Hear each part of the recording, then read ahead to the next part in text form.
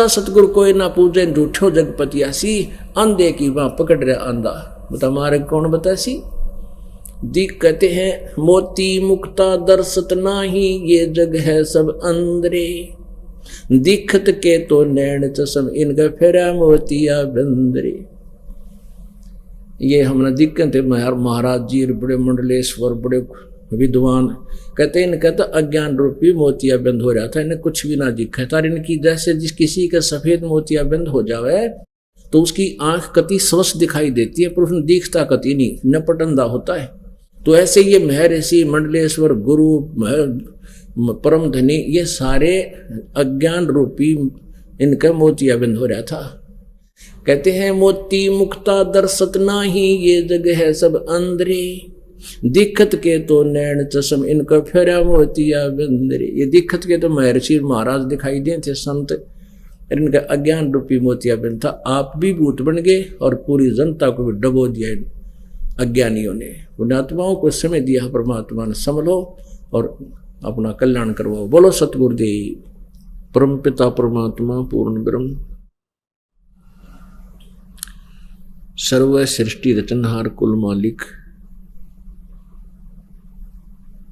ये वो परमात्मा है जो बनारस में काशी शहर भारतवर्ष की पवित्र भूमि पर सन 1398 में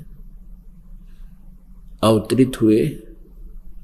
काशी शहर के अंदर एक लहर तारा नामक तालाब है, उस जलाशय में कमल के फूल विकसित थे। परमात्मा ने नवजात शिशु का रूप धारण किया, वहां कमल के फूल पर विराजमान हुए। वहां से नीरू नीमा नाम के एक दुल्हा दंपत्ति परमात्मा को अपने घर ले गए, उनका संतान नहीं थी। परमेश्वर ने जुलाहे का कार्य प्रारंभ किया जब बड़े हुए, और साथ में एक तत्वदर्शी संत की भूमिका भी की। ये वो परमात्मा है जिनके विषय में वेदों में कबीर देव और कुरान शरीफ में अल्लाहु अकबर, अल्लाह कबीर नाम से कहा गया है। उस परमेश्वर ने स्वयं आकर के, वो परमात्मा प्रत्येक युग में आता है और प्रत्येक युग में आकर के अपने एक विशेष नाम से यहाँ सुप्रसिद्ध होते हैं, और वो अपनी महिमा आप ही बताते हैं। क्योंकि परमेश्वर के विषय में इस काल लोक के व्यक्ति बिल्कुल परिचित नहीं है। वो क्योंकि काल भगवान ने सभी को मिसगाइड करवा रखा है, गलत ज्ञान से परिपूर्ण कर रखा है। इस अज्ञान को हटाने के लिए, ज्ञान प्रचार करने के लिए परमेश्वर को स्वयं ही यहाँ प्रकट होना पड़ता है। लेकिन अपने वायदे अनुसार वो परमात्मा यहाँ छुपे रहते हैं और काल के द्वारा फैलाए गए अज्ञान के आधार से हम परमात्मा को पहचान नहीं पाते। कल आपने वेदों के अंदर देखा, आपके रूबरू कराए गए पवित्र सदग्रंथ आप जी ने अपनी आंखों से देखा प्रोजेक्टर के ऊपर कि पूर्ण परमेश्वर जो सर्व सृष्टि रचनार है, सबका उत्पादक यानी सबका उत्पन्न करने वाला है, वो एक तत्वदर्शी संत की भूमिका करने के लिए, अपना ज्ञान प्रसार करने के लिए सतलोक से, जहां वो परमात्मा रहता है ऊपर तीसरे धाम में, वहां से चलकर आता है, गति करके आता है और यहां अपनी प्यारी आत्माओं को मिलता है। एक तो वो लीला करते हैं, जैसे अभी बताया कि परमात्मा चारों युगों में आते हैं और प्रत्येक युग में अपना एक अलग से नाम उनका सुप्रसिद्ध होता है। उस समय वो एक मनुष्य का जीवन एक जन साधारण की तरह अपना कर्तव्य कर्म करते हुए अपना निर्वाह जैसे गरीब व्यक्ति जन साधारण करता है, ऐसी भूमिका करते हैं। और ऐसे ही कार्य करते हुए अपने ज्ञान का प्रचार करते हैं, जिससे वो सुप्रसिद्ध कवि नाम से प्रसिद्ध हो जाते हैं। उनको कवि कहने लग जाते हैं, लेकिन वो होते हैं परमात्मा, क्योंकि वो अपनी महिमा की वाणी, अपनी महिमा का ज्ञान या अध्यात्म ज्ञान लोकोक्तियों के माध्यम से बोलते हैं, कविताओं के माध्यम से बोलते हैं, जिस कारण से वो प्रसिद्ध कवि की उपाधि भी प्राप्त करते हैं। उनको कवि भी कहने लग जाते हैं, लेकिन वो परमात्मा पूर्ण ब्रह्म ही होते हैं। चारों युगों में परमात्मा आते हैं। सतयुग में सतसुकृत नाम से सुप्रसिद्ध हुए थे। त्रेता में मुनिंदर नाम से प्रसिद्ध हुए थे। इसी प्रकार एक बालक रूप धार के वो प्रकट हुए, पृथ्वी पर आए थे। एक निसंतान दंपति उन्हें अपने घर ले जाते हैं, उनका परवरिश होता है। छोटी आयु से ही वो परमात्मा तत्व ज्ञान का प्रचार प्रारंभ कर देते हैं। त्रेता युग में जो परमेश्वर आए थे, नल और नील को शरण में लिया था, मंदोदरी और विभीषण को शरण में लिया था। श्रीलंका में ही एक चंद्र विजय नाम का एक भाट था, उसके घर के 16 सदस्य थे, उन सभी को परमात्मा ने शरण में लिया था।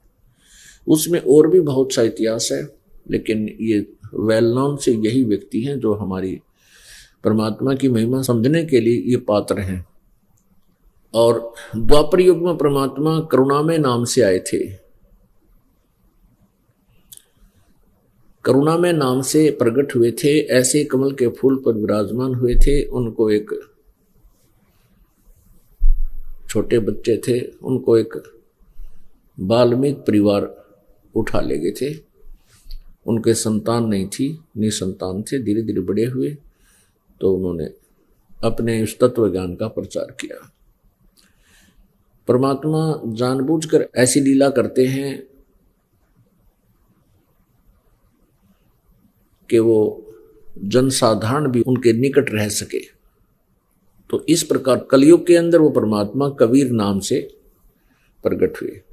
इसके अतिरिक्त और भी परमात्मा ना जाने कितनी बार पृथ्वी पर आते और चले जाते हैं। उस तरह उसको पहचानना मुश्किल हो जाता है, क्योंकि वो कई बार अदृश्य आते हैं, कई बार प्रकट भी होते हैं, कई बार जैसे अन्य संत का रूप धारण करके कहीं भी आ जाते हैं।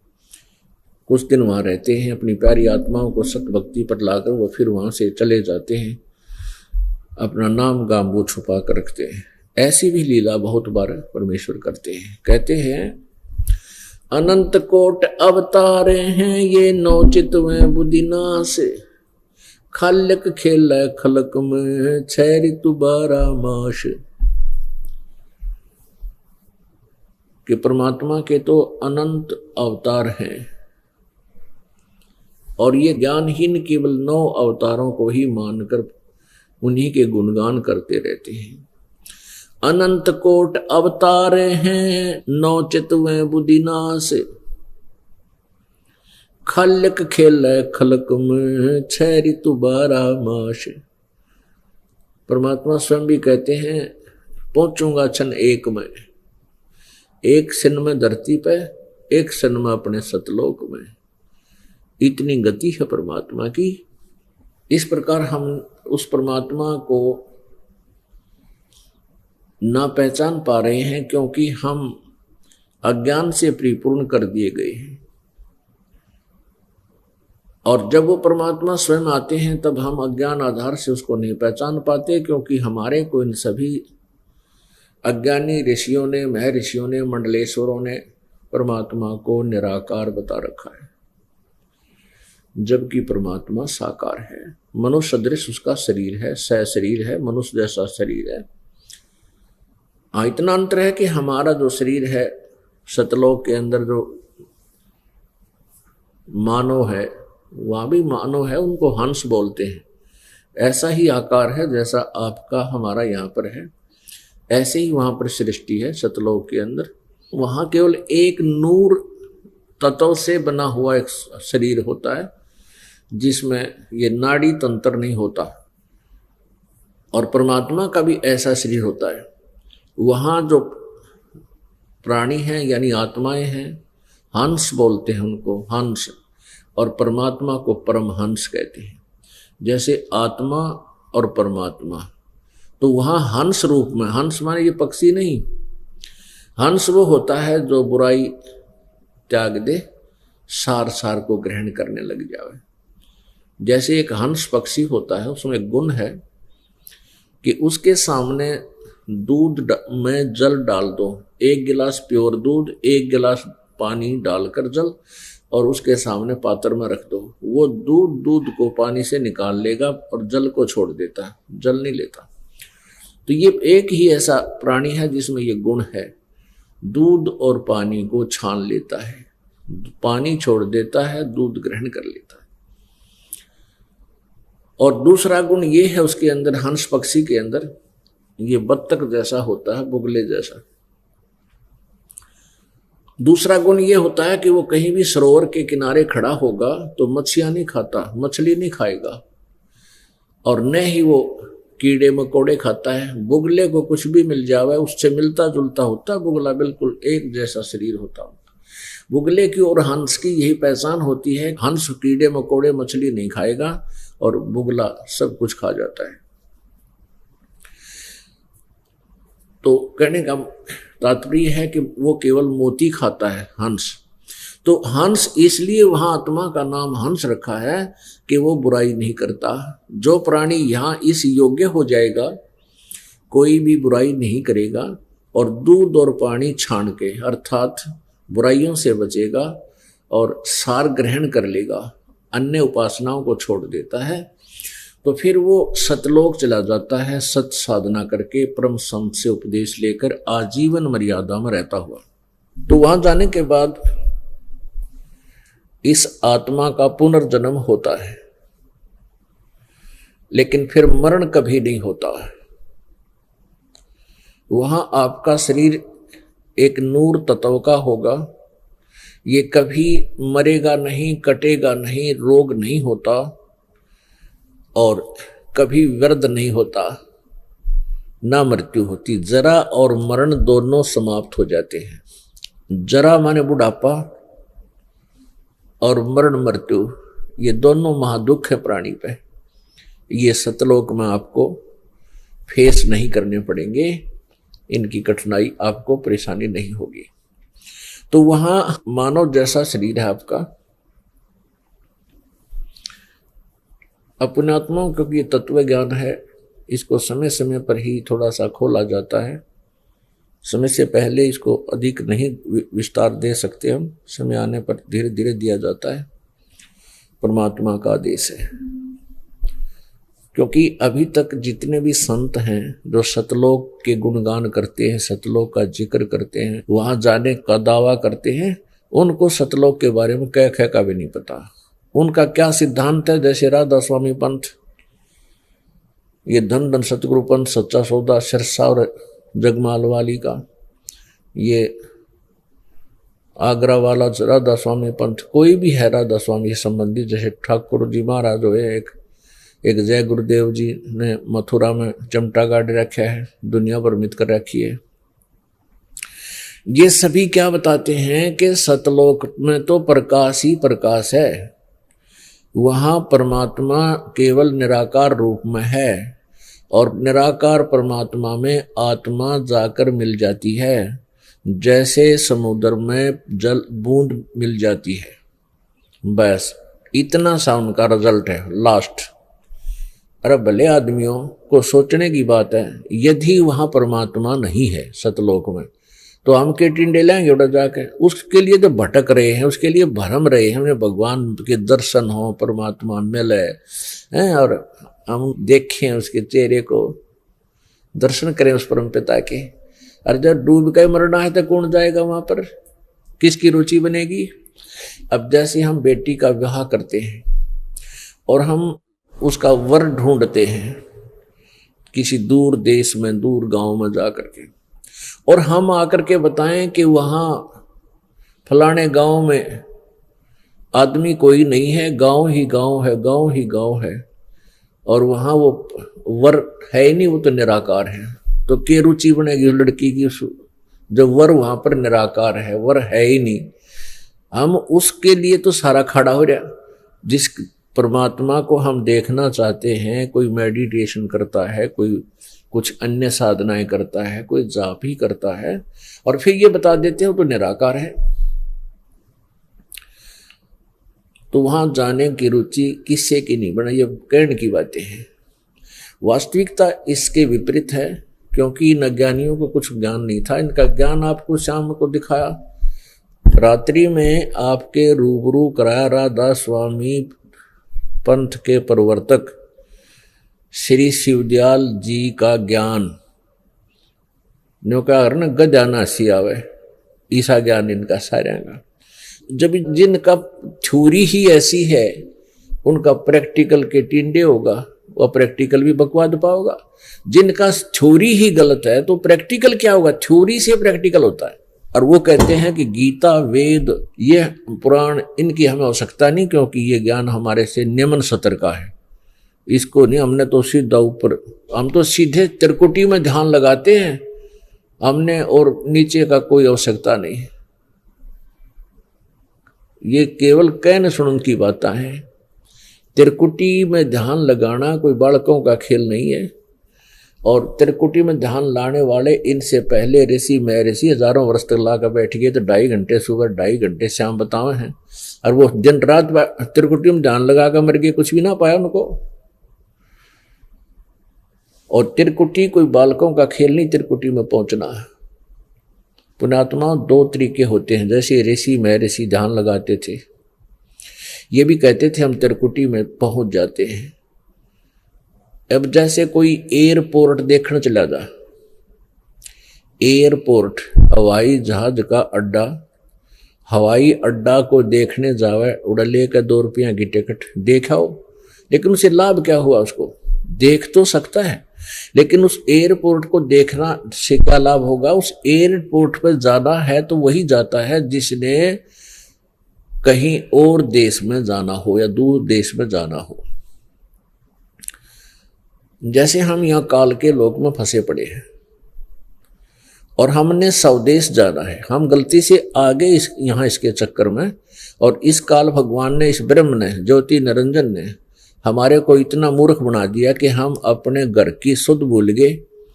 इसने हमारे को ब्लैकमेल किया हुआ है हर तरह से। पहला ब्लैकमेल ये है कि हम संतान उत्पत्ति करते हैं और हमें ये पढ़ाई पढ़ा दी गई है कि ये तेरा बेटा है या तेरी बेटी है या तेरी कार है या तेरी कोठी है, ये तेरी संपत्ति है। और हम बालकों की तरह, जैसे बच्चे खिलौने वाली कारों को ओरिजिनल कार मान करे, उन्हीं को पूरा मानकर उन्हीं पर आश्रित रहते हैं। अब आज मृत्यु हो जा परिवार के मुखिया की, अब कहाँ उसकी बेटी, कहाँ उसकी कार, कहाँ उसकी कोठी, कहाँ उसका पुत्र, कहाँ पत्नी, मूर्ख बना रखा कति अपने को चौड़े में। तो सतलोक में है अपना वो परिवार, ऐसा ही होगा जैसा एज इट इज, जैसा आप यहाँ है। संकेत बहुत होता है बुद्धिमान को, क्योंकि वहां नूर तेज से बने हुए हैं। हमने अपने लोक में जाना है, सतलोक में, तो स्वदेश जाने के लिए हमने यहाँ के लोक की सारी फॉर्मेलिटीज पूरी करनी पड़ेंगी। यहाँ से हमने वीजा भी लगवाना पड़ेगा, पासपोर्ट भी बनवाना पड़ेगा, और फिर यहाँ का नो ड्यू सर्टिफिकेट लेकर तब हम त्रिकुटी यानी एयरपोर्ट पर जाएंगे स्वदेश जाने के उद्देश्य से। और वो अच्छे रोज देखा हवाई अड्डे ना, क्या लाभ होगा? धक्के यही खाने हैं, यही रहना है, तो रोज देख लो हवाई अड्डे को। तो ये कहते हैं कि हम सीधे त्रिकुटी, त्रिकुटी तो इंटरनेशनल एयरपोर्ट है। त्रिकुटी पर जाने के बाद जो भी जिस लोक की साधना किए हुए, यानी जहाँ का टिकट यहाँ से बनवा कर गया है, वहां जाते ही 1 मिनट डालते, उसको फटाफट पकड़ कर बाहर उसमें बैठा देते, चल तेरा जहाज ये। यानी जिसने विष्णु लोक की साधना की है विष्णु लोक में चलता कर देंगे, जिसने शिव लोक की कर रखी है शिव लोक में चल, और जिसने नरक लोक की कर रखी है सीधा नरक में ठोक देंगे, धर्मराज के वहां पर हिसाब किताब करवा के। इंटरनेशनल एयरपोर्ट पर जाने से पहले स्वदेश जाने के लिए बहुत सी फॉर्मेलिटियां, कागज पूरे करवाने पड़ते हैं। तब हम त्रिकुटी पर जा करके स्वदेश जा सकते हैं। और वैसे त्रिकुटी पर यानी इंटरनेशनल एयरपोर्ट पर चाहे रोज घूमे आओ, रोज सैर सपट्टे कराओ, पैसे हैं तो आपके पास धक्के खाओ, उसका क्या लाभ होगा। जैसे ऋषि महर्षि साधना करते थे, त्रिकुटी पर पहुंच जाते थे और फिर वापस आ जाते थे, हांडे जाओ धक्के खाते। उस बैठने से तप बन जाता है, तप से इस जन्म में सिद्धियां प्राप्त होती हैं, कुछ नेक्स्ट जीवन में कोई इंद्र की पदवी प्राप्त कर लेता है, कोई यहाँ पृथ्वी का राजा बन जाता है, कोई छोटे से टुकड़े का राजा बन जाता है। इस तरह के लाभ इस प्रकार की साधनाओं से हो जाते हैं। और लेकिन जन्म और मृत्यु सदा बनी रहेगी, और जब तक जन्म और मृत्यु हमारी समाप्त नहीं होगी, हम परम शांति को प्राप्त नहीं कर सकते, हम सुखी नहीं हो सकते।